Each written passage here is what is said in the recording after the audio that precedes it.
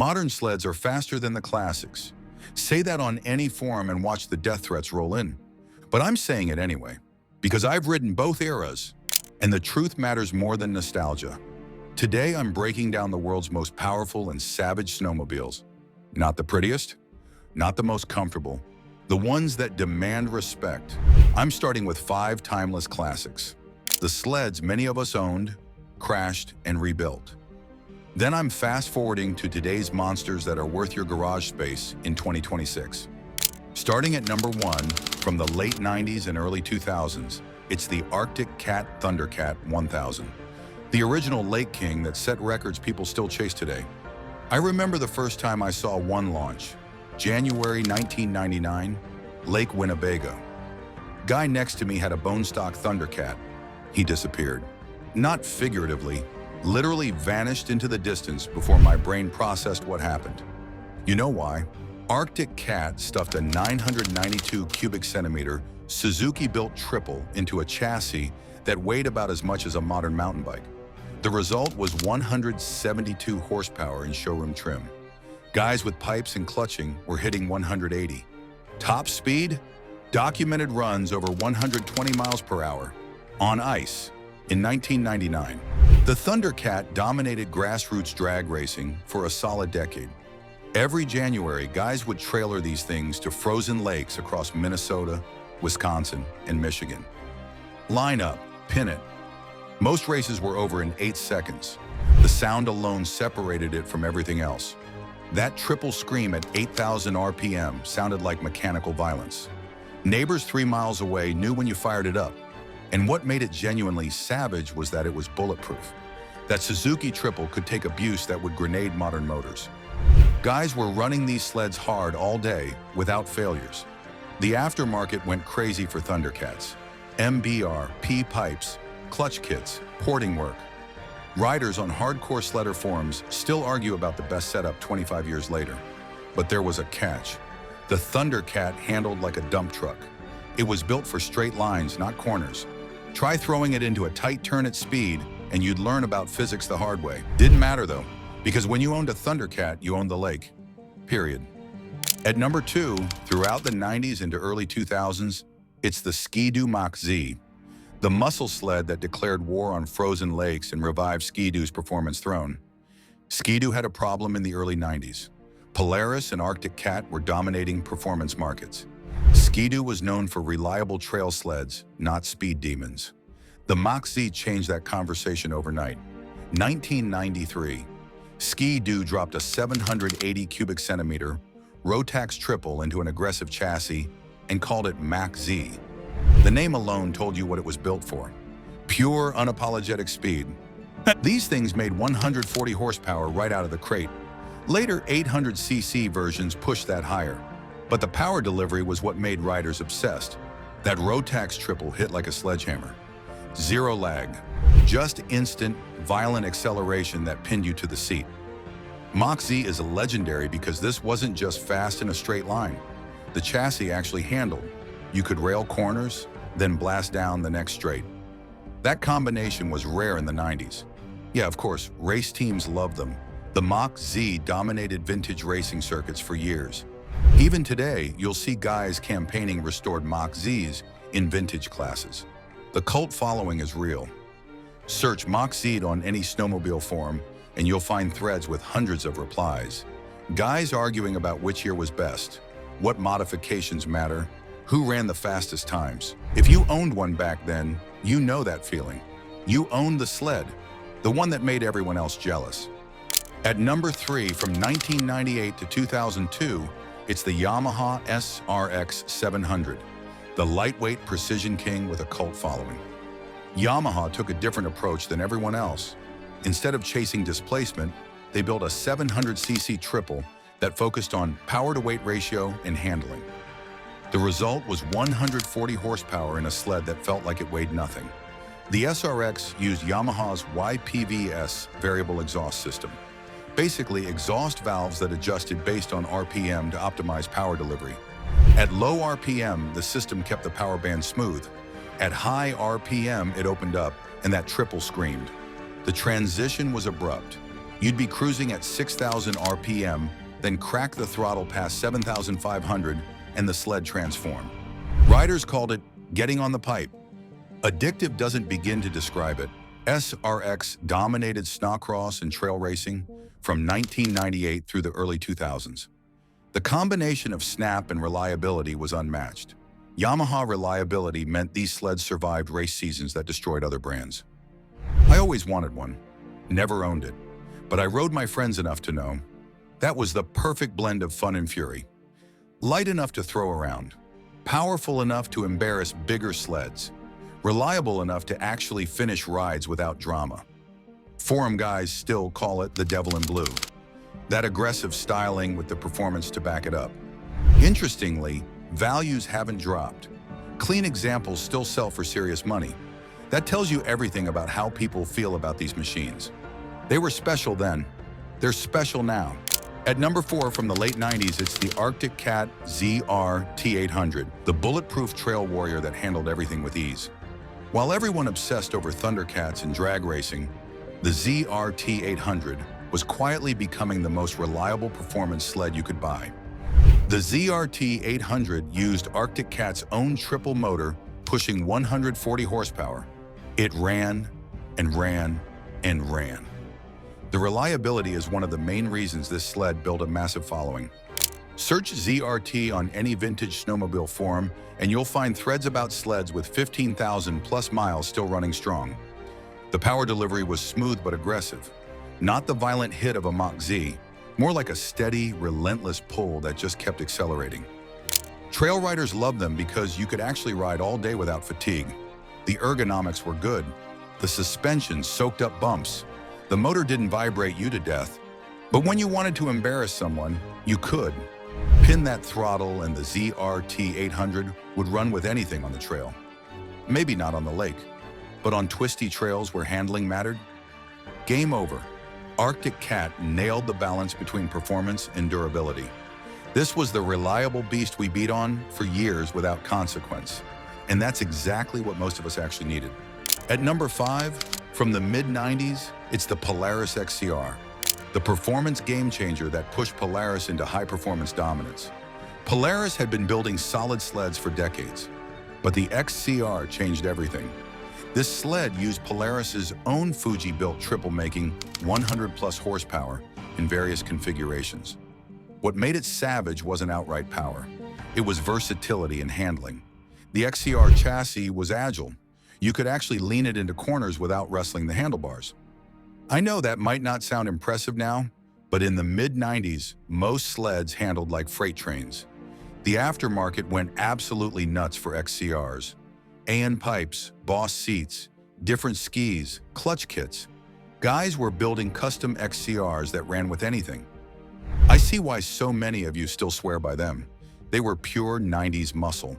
Raw enough to be exciting, reliable enough to finish rides, affordable enough that working guys could actually own them.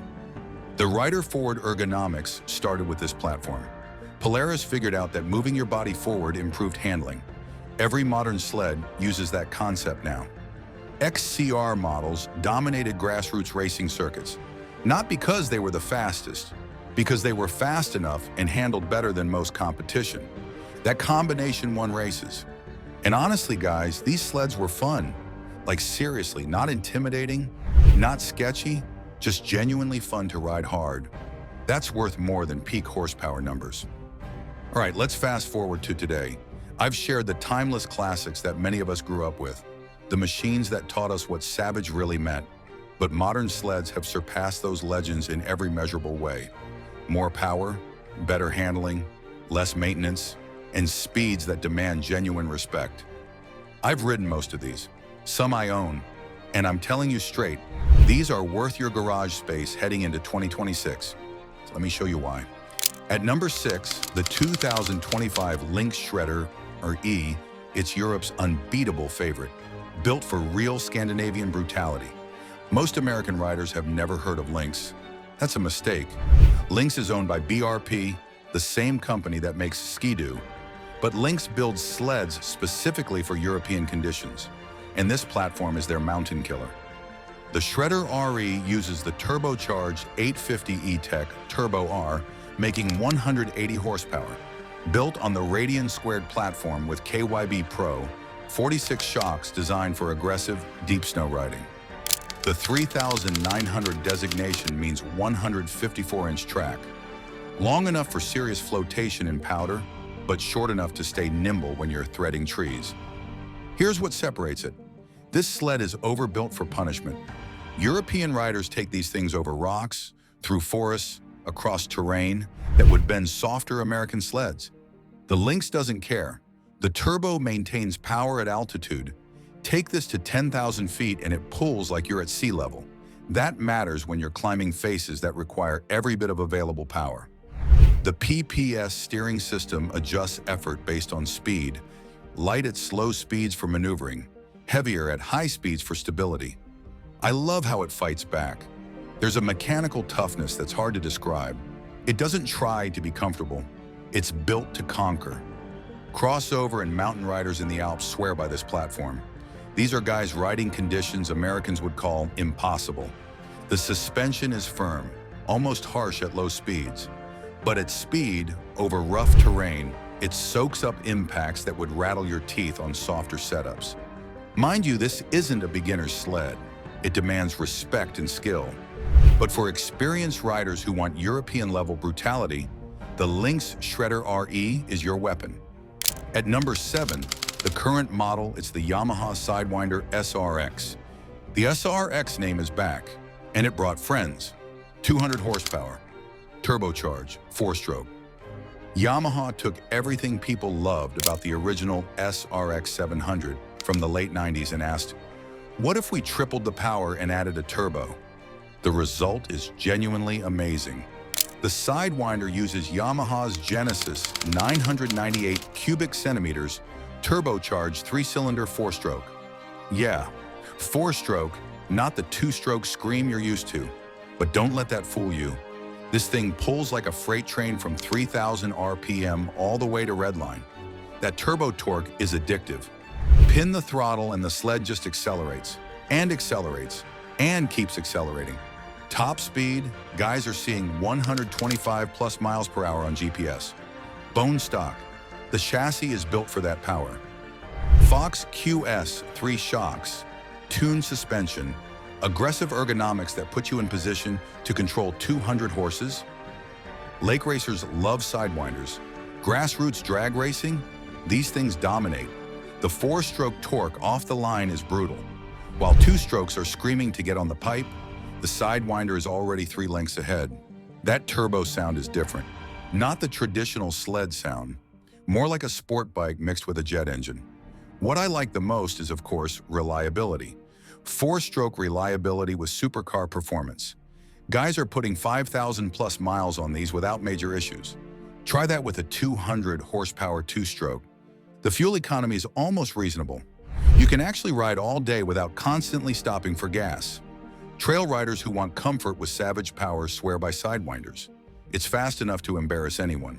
Comfortable enough to ride 200 miles without fatigue. The SRX variant adds sport tuning, stiffer springs, more aggressive clutching. It's the Sidewinder turned up to 11. For riders who want 4-stroke torque with turbocharged violence, the Sidewinder SRX is your modern weapon. It's the spiritual successor to the SRX700 we all loved, just with triple the power and a completely different personality. At number 8, the 2025 model with Catalyst chassis and 858 options, it's the Cat ZR Thundercat, the undisputed fastest production sled. Lake Ruler reborn. Cat brought back the Thundercat name in 2024. Now let me tell you, the modern Thundercat uses Cat's 858 cubic centimeters, twin 4-stroke, making 200 plus horsepower in turbocharged spec. Or you can get the naturally aspirated 858 pushing 175 horsepower. Either way, stupid fast. Documented top speeds exceed 120 miles per hour. In comfort, with stability. The Catalyst chassis keeps the sled planted at speeds that would have been terrifying on 90s sleds. That 4-stroke torque is different from 2-stroke snap. It's a relentless building surge that pins you to the seat. My gosh, the throttle becomes almost scary because there's always more power available. Lake racers are already breaking records on these. The aftermarket is developing clutch kits and tuning packages. Some guys are seeing 140 plus miles per hour on long runouts. What impressed me is that it's not sketchy. The chassis handles that power without drama. You can actually ride it all day without fatigue or drama. The original Thundercat was brutal. This one is a gentleman monster. In my rides, nothing touches it on straights. You either move over or lose. Simple as that. At number 9, models like the RMK Chaos and VR1/XCR, it's the Polaris Patriot 9R. The responsive, naturally aspirated powerhouse-changing mountain and trail games. Polaris engineered the 9R motor specifically to compete with turbos. 875 cubic centimeters, twin 4-stroke, naturally aspirated, making 175 plus horsepower. I know that's not much compared to 200 horsepower turbos. Ride it and you'll understand. The throttle response is instant, not turbo lag, not two-stroke hit, just immediate linear power that responds to the smallest throttle input. Mountain riders obsess over the 9R, the Chaos RMK version in particular. It's light, it's playful, it feels weightless in deep powder. It's genuinely the best naturally aspirated motor available right now. The VR1 and XCR trail versions use the same motor in different chassis. Both are absolute weapons on groomed trails. Polaris nailed the balance between power and usability. Forum feedback is overwhelmingly positive. Guys are reporting 3,000 plus miles without issues. That reliability matters when you're 3 hours from the truck in the backcountry. At number 10, the Gen 5 Expert platform, it's the Ski-Doo Summit 850 Turbo R, the precision mountain slayer with turbo consistency. Ski-Doo's 850 Turbo R makes 180 horsepower. I know, not the highest number on this list, but hear me out. The turbocharged Rotax maintains consistent power delivery across elevation changes. Sea level or 12,000 feet, you get the same power curve. The Gen 5 chassis is light, really light. The Summit X Expert weighs under 450 pounds dry. That creates a power-to-weight ratio that makes technical riding effortless. Mountain guys say it disappears underneath you. That's the perfect description. You stop thinking about the sled and just ride. The throttle is so precise you can feather power on steep side hills without drama. For backcountry, this is the sharpest tool, pure dance with power. The reliability has been solid. Early Gen 5 platform had some clutch issues. Ski-Doo fixed them. Now guys are running these hard without failures. Technical climbing is where the Summit shines.